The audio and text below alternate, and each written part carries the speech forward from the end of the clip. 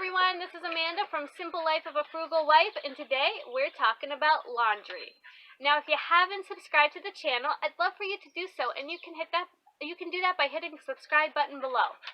Now, I gotta be honest before I start this video. I have recorded this video like a dozen times. I don't know what it is today, but I keep tripping over my words. So I'm just deciding here and now, whatever happens in this video, this is the video that's getting posted. So please forgive me if I start tripping over my words or there's, bloopers or something. Now, I know this isn't unique to me. I know that in all your homes you have mountains of laundry just like me. If you have children, you definitely have mountains of laundry. I really don't know where it all comes from. I'm starting to think my children wear 2 outfits under their outfit I see them wearing, or something like that, because it just never ends. There is a funny joke going on the internet, I don't know if you've seen it, but it says the best 5 seconds of a mom's week is when the laundry basket is empty, and that is pretty much the truth around here. So needless to say, there is a lot of laundry, and since there's a lot of laundry, I'm always looking for ways to save.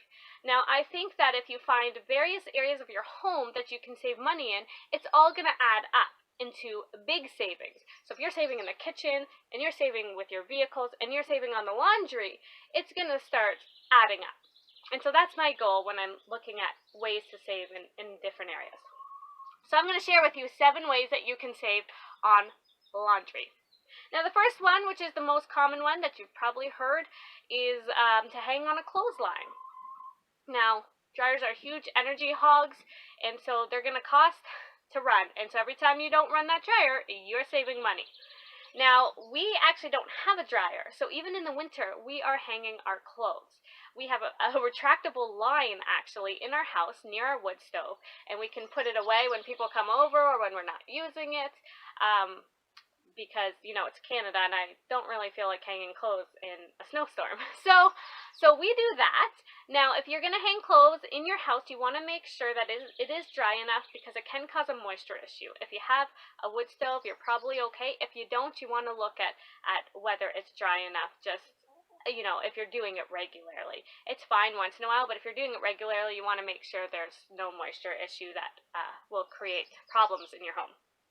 But in the summer, spring, fall, get your clothes out on the line, and they'll smell fresh, and the sun will sanitize them, and you'll save money. The next one is to buy generic laundry soap. So generic or store brands are always, well, I won't say always, but most of the time they're cheaper than the store brand than the name brand that you may be buying.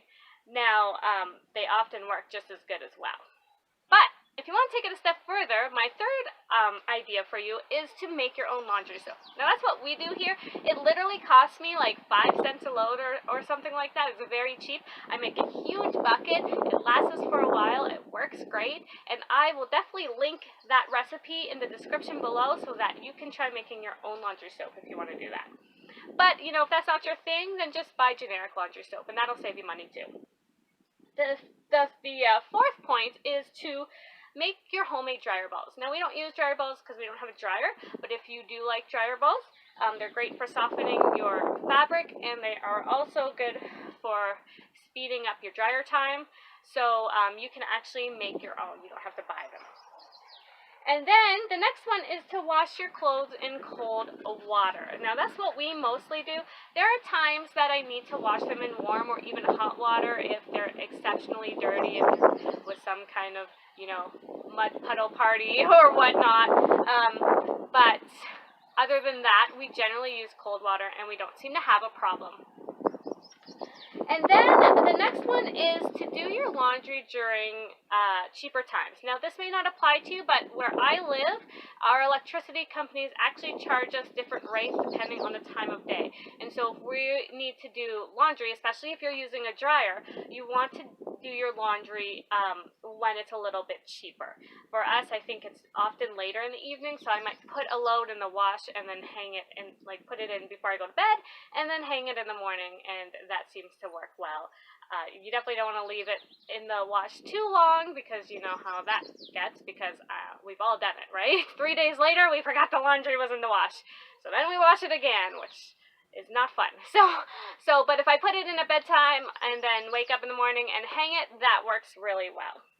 So the next one is to make sure your washing machine is full.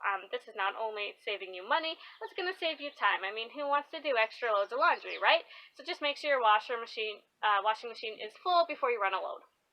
And the last one is to use a shorter cycle. I generally use a short cycle on my washing machine. Frankly, I don't really know what all the cycles do. I always find there's so many options on your washing machine, and I only use a handful of them. So, but I generally always use the shorter cycle, unless, again, the clothes are exceptionally dirty and I know they need to be in there a little longer.